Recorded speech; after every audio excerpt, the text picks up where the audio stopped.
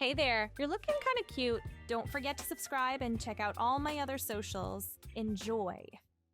The aroma of roasting turkey and freshly baked pumpkin pie wafted through the air as the Hamilton family bustled about their cozy suburban home, preparing for their annual Thanksgiving feast. The sound of laughter and animated chatter filled every corner of the house, a testament to the close-knit nature of this boisterous clan. In the kitchen, Evelyn Hamilton, the family matriarch, orchestrated the culinary symphony with practiced ease. Her graying hair was pulled back in a neat bun, and her forest green sweater was dusted with a fine layer of flour. She called out instructions to her helpers, her voice carrying over the clinking of pots and pans. "Robert, dear, could you check on the turkey? And Emily, make sure those potatoes don't boil over." Robert Hamilton, Evelyn's husband of 40 years, ambled over to the oven, his weathered hands protected by oven mitts adorned with cartoonish turkeys. He peered through the glass, squinting slightly.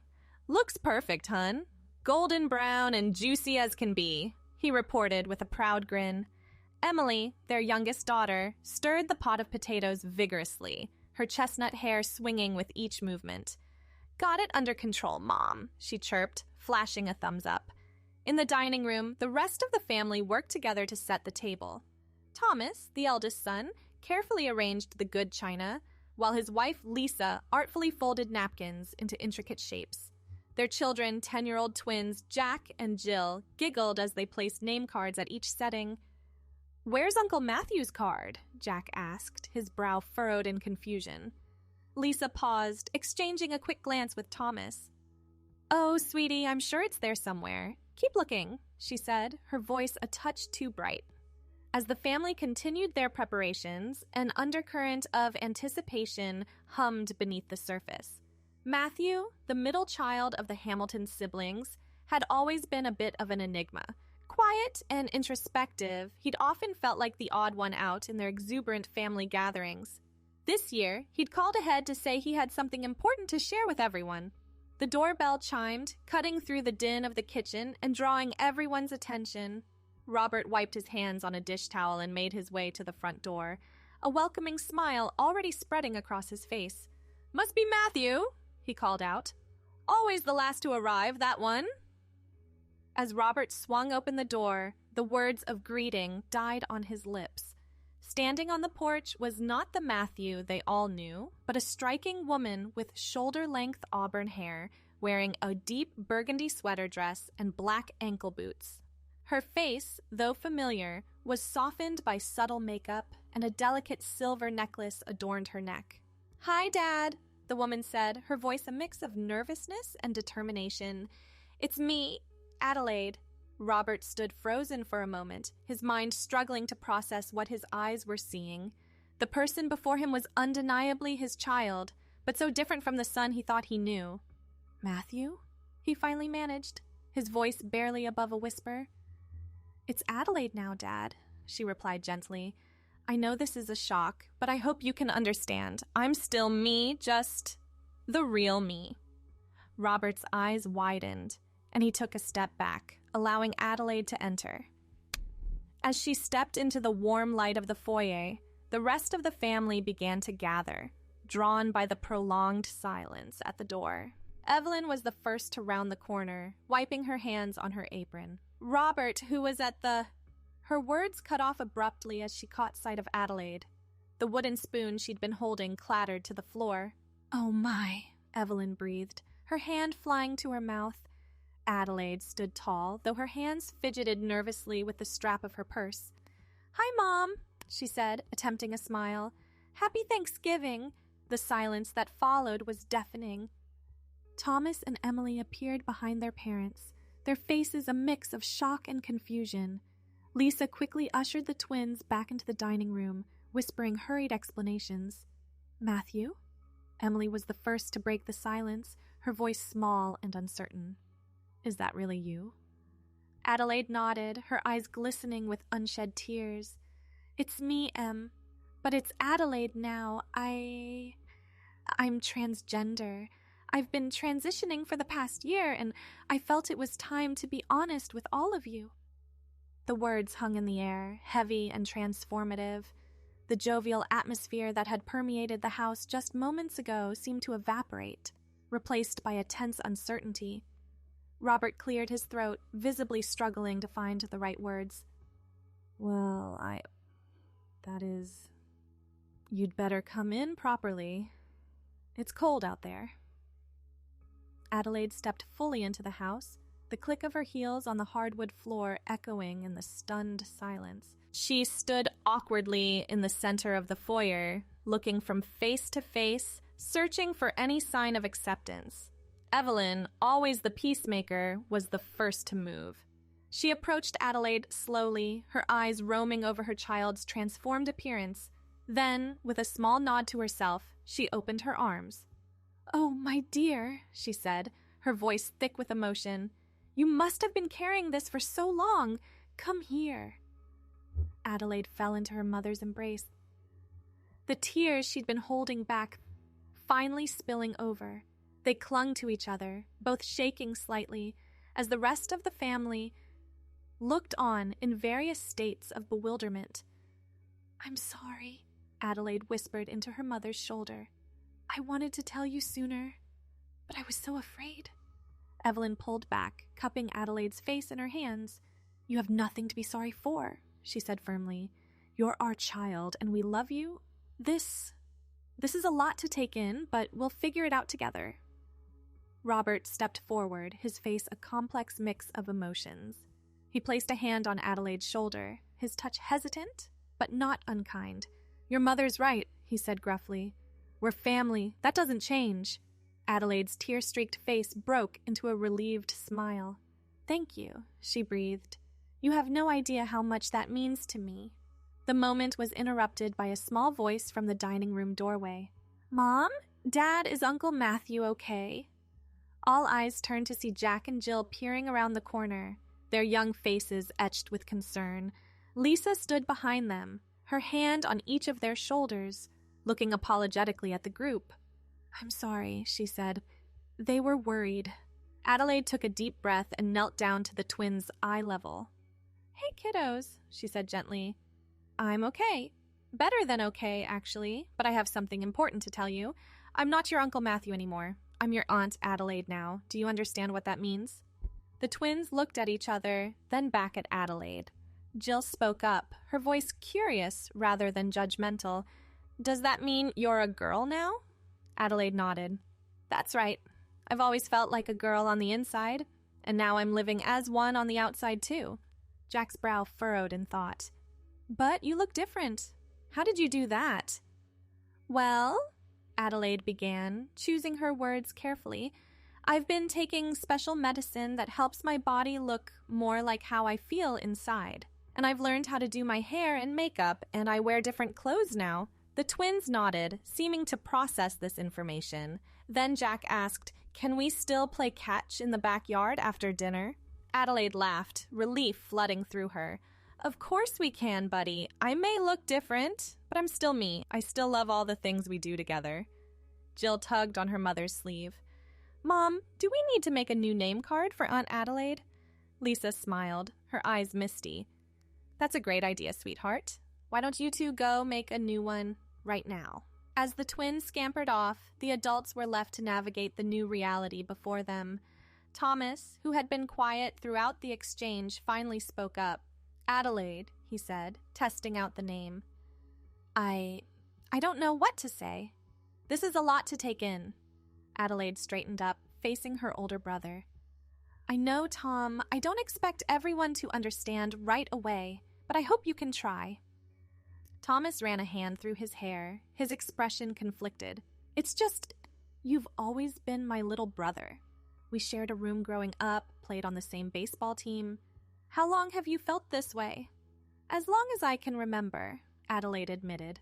"But I didn't have the words for it until much later. And then I was too scared to say anything. I didn't want to disappoint anyone or upset the family." Emily, who had been uncharacteristically quiet, suddenly burst into tears. "Oh, Matt, Adelaide," she corrected herself, rushing forward to hug her sister. "I'm so sorry you felt you couldn't tell us. It must have been so hard keeping this secret. Adelaide returned the hug fiercely. It was, she whispered, but I'm not keeping secrets anymore. This is who I am. As the family stood in the foyer, grappling with this unexpected turn of events, the timer in the kitchen went off with a shrill beep. Evelyn started, suddenly remembering the feast that awaited them. "Oh, goodness, the turkey!" she exclaimed. "We'd better get back to the kitchen before everything burns." The mundane concern of overcooked food seemed to break the spell of tension that had fallen over the group. Robert chuckled, the sound a bit forced, but genuine. Can't let all that hard work go to waste. Can we? As they made their way back to the kitchen, Adelaide hung back, uncertain. Do you still want me to stay for dinner?" she asked hesitantly. Evelyn turned, her eyes wide with surprise. "Of course we do! You're family, Adelaide. That will never change. Now come on, I could use your help with the gravy." Adelaide's shoulders sagged with relief as she followed her mother into the kitchen. The familiar scents and sounds washed over her, a comforting reminder that some things remained the same, even as others changed dramatically. As Evelyn stirred the gravy and Adelaide chopped fresh herbs, Robert busied himself with carving the turkey. The kitchen was quieter than usual, the typical boisterous chatter replaced by a more subdued atmosphere. Thomas leaned against the counter, watching Adelaide work. His expression was thoughtful, his earlier shock giving way to curiosity.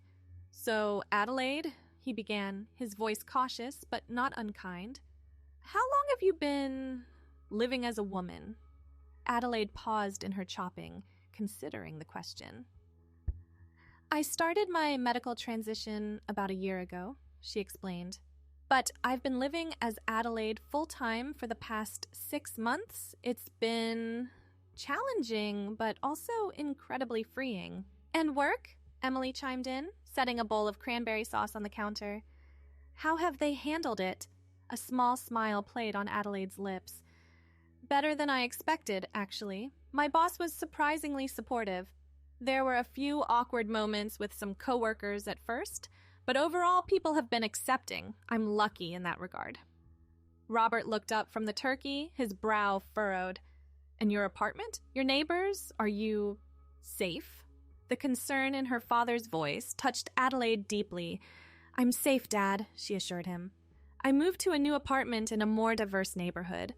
My neighbors have been nothing but kind." Evelyn wiped her hands on a dish towel, her expression serious. "Adelaide, sweetie, I want you to know that if you ever feel unsafe or unwelcome where you are, you always have a home here. Always." Tears pricked at Adelaide's eyes once more. "Thanks, Mom," she said softly. "That means everything to me." The moment was interrupted by the twins bursting into the kitchen, waving a piece of paper triumphantly. "We made the new name card," Jill announced proudly. Jack held up the card for everyone to see. In colorful crayon letters, it read, "Aunt Adelaide," with little hearts and stars drawn around it. Adelaide knelt down, taking the card with trembling hands. "It's beautiful," she said, her voice thick with emotion. "Thank you both so much." As the twins beamed with pride, Lisa entered the kitchen. "Everything's set in the dining room," she reported. "Shall we eat?" The family made their way to the dining room, carrying dishes and platters. Adelaide paused at the threshold, taking in the sight of the beautifully set table. Her eyes landed on her new name card, placed right where Matthew's had always been. "You okay?" Emily asked softly, coming up beside her. Adelaide nodded, blinking back tears. "Yeah, I'm just overwhelmed, in a good way." As everyone took their seats, there was a moment of awkward shuffling. The familiar dynamics of the family had shifted, and everyone was acutely aware of the change. Robert cleared his throat, raising his glass. "Before we begin," he said, his voice gruff with emotion, "I'd like to say something." He paused, looking around the table, his gaze finally settling on Adelaide. "This Thanksgiving, we have more than just good food to be grateful for. We have the courage of our daughter, Adelaide." He stumbled slightly over the word, but pressed on. "Your bravery in sharing your truth with us is a gift. one that reminds us of the importance of family, acceptance, and love. So here's to Adelaide and to new beginnings. To Adelaide, the family echoed, raising their glasses. Adelaide ducked her head, overwhelmed by the unexpected show of support. As the clinking of glasses subsided, Evelyn spoke up. Now, who wants to start with what they're thankful for this year? The familiar Thanksgiving tradition helped ease some of the tension. As each family member shared their gratitude, the atmosphere gradually warmed. When it came to Adelaide's turn, she took a deep breath. I'm thankful for all of you, she said, her voice wavering slightly. For your love, your acceptance, and your willingness to see me for who I truly am. I know this isn't easy, and I know we have a lot to figure out. But knowing that I have your support means everything to me. As the meal progressed, the conversation gradually became more natural. There were still moments of awkwardness, times when someone would start to say, Matthew, and quickly correct themselves, but overall, the family made a concerted effort to embrace Adelaide. The twins, in their innocence, seemed to adapt the most quickly.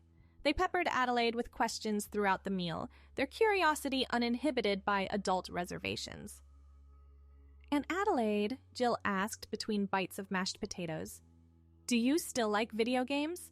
Can we play Mario Kart after dinner? Adelaide laughed. Of course I do. I'd love to play with you guys later. Jack tilted his head, studying Adelaide's appearance. Your hair is really pretty, he observed. Did you grow it yourself? I did, Adelaide confirmed, running a hand through her auburn locks. It took a while, but I love how it looks now. As the main course gave way to dessert, the conversation turned to more general topics. Thomas regaled the family with stories from his latest business trip, while Emily shared anecdotes from her college classes. Adelaide found herself relaxing, slipping back into the familiar rhythm of family banter. After the pumpkin pie had been devoured and the last of the dishes cleared away, the family migrated to the living room. Adelaide found herself on the couch between her parents, an echo of countless Thanksgivings past. Robert cleared his throat, turning to face his daughter. Adelaide, he began, his voice gruff but gentle, I want you to know that while this is unexpected, your mother and I love you unconditionally. We may not understand everything right now, but we're here for you always. Adelaide's eyes welled up with tears. Thank you, Dad, she whispered, leaning into his embrace. Evelyn reached out, taking Adelaide's hand in hers. We're so proud of you, sweetheart. It must have taken so much courage to come here today to show us your true self. As the evening wore on, the initial shock of Adelaide's revelation gave way to a tentative acceptance. There were still moments of confusion, times when a family member would stumble over pronouns or old habits would surface, but the overall atmosphere was one of love and support. The twins convinced Adelaide to join them for a few rounds of Mario Kart, their shrieks of laughter filling the house. Thomas and Emily watched from the sidelines, marveling at how their siblings' laughter remained unchanged even as so much else had transformed. As the night drew to a close and goodbyes were exchanged, Adelaide found herself enveloped in a series of warm hugs. Evelyn held her close, whispering, Come over for coffee soon, dear. We have so much to catch up on. Robert's hug was brief but heartfelt. Drive safe, he murmured, his usual parting words carrying an extra weight of concern. As Adelaide stepped out into the cool night air, she felt a profound sense of relief and gratitude wash over her. The day had been far from perfect, fraught with tension and awkward moments, but it had also been filled with love and acceptance. It was a beginning, a first step on a new journey with her family. She turned back to wave at her parents, who stood framed in the doorway. In that moment, Adelaide knew that no matter what challenges lay ahead, she would face them with the strength of her family behind her. This Thanksgiving had marked not just her coming out, but the start of a new chapter for the entire Hamilton family, one of growth, understanding, and unconditional love. As she drove home, the weight she had carried for so long felt lighter.